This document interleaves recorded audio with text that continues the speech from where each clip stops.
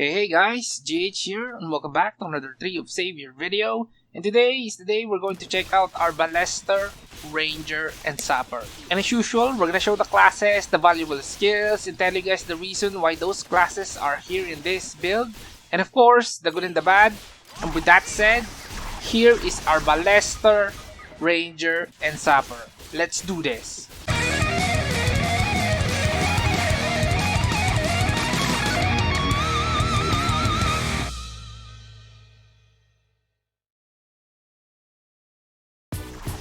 Okay guys, here's the build. We got the Arbalester, Ranger, and the Trap Master Sapper. Let's start with Ranger. Now Ranger is a class that specializes in AoE attacks and boosting range damage. And this class is here because this will help boost the overall damage of the build through buffs, more specifically, Steady Aim. Now Steady Aim is a skill that increases range damage, more so if you're using a bow. This skill right here is always the reason why people choose Ranger. But it's not all Steady Aim. We got another buff here in the form of an attack, and it's called Critical Shot. And Critical Shot is an attack that gives you a buff every time you use it, and one critical shot gives you 10% more crit damage. And you can stack it 5 times, so that's 50% more damage when critical hit occurs. And that's mostly what you need for Ranger. The arts is there, but I don't feel like getting it because the skills for the arts are the bad skills. So yeah, that's Ranger, a class you pick for the buffs. Now we head on to Sapper. Now Sapper is a class that specializes in traps, and we took it to get more boost in AoE damage and a bit of single target damage. Right now, Sapper is in that spot where it is just okay, not bad, but not that great either, because the skill factor is kinda left out and it doesn't seem to do much, especially in the new content. Nevertheless, the skills are still a good addition. Let's look at them. First off is Spike Shooter. This is an installation skill that shoots arrow in the direction you put it in. A very useful skill in both AoE and single target. Second skill is Broom Trap. This is a rotating trap, deals damage for 15 seconds, decent damage and cooldown. Third skill on the Sapper's Trapper tools is Spongy Stake. This is a trap that hurls enemy far away, and there's an art for this one that removes the setup time and it gives you 30% more damage on enemy's head. Fourth trap is Leg Hold Trap, and as the name suggests, it's a trap that holds enemies and it deals damage. This is your most reliable single target damaging skill as a Sapper. And that's Sapper, a very useful class for challenge mode. And now we head on to Arbalester, one of the newest class that we just got, and it specializes in area attacks using crossbows. It does have a few single target skills here and there. With that said, let's start with the single target skills. First is Guided Shot. This is the skill that you use to mark enemies. But why mark enemies?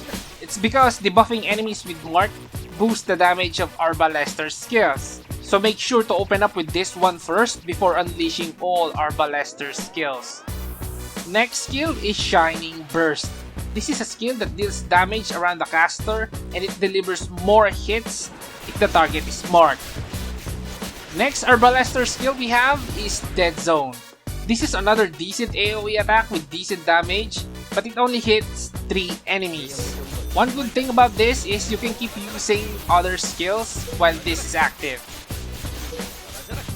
Fourth Arbalester skill is Dark Judgment. This is a single target attack that is followed by one homing arrow. Pretty nice skill for boss fighting. There's an art for this one that turns it into a dark element attack and it gives 35% more damage. Another Arbalester skill is Fanwise Shot. And as the name suggests, this is a shot with a fanwise range. For what it is, it's not good, but at least get one. There's an attribute for this one that makes it shoot additional homing arrows when the enemy target is marked, and +1 if you're using a shield. Last Arbalester skill we got is Escape. This is your strongest single target skill that also increases your evasion and move speed for 3 seconds only. And those are the Arbalester skills. But I want to talk about the 2 attributes for Arbalesters, and one of those is Destruction. This one is an attribute that gives you more attack if you're using daggers. And the other one is precision, which gives you more accuracy and 25% chance of attacking with homing arrow if you're using a shield. And by the way, homing arrows have 500% skill factor. Let me demonstrate it. Here I'm using a shield. Now let's do some basic attack. As you see, there is a purple homing arrow that sometimes activates. This only happens when you have a shield and the attribute.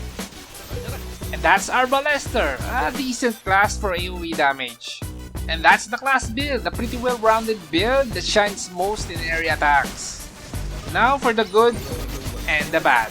Let's start with the bad.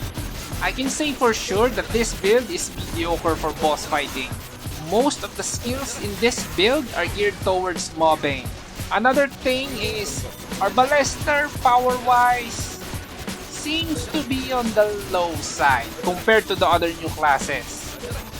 And lastly, this build requires a huge amount of items for the Sapper traps to be continually used, and as you all know and experience, those kind of things, it's just a nuisance. I never like those. And that's the bad. And now for the good stuff. First off, this is a decent build for doing endgame content, especially if you're using shields.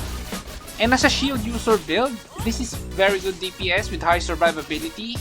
Wearing a shield just protects you from a lot of the destruction. If you're wearing a shield.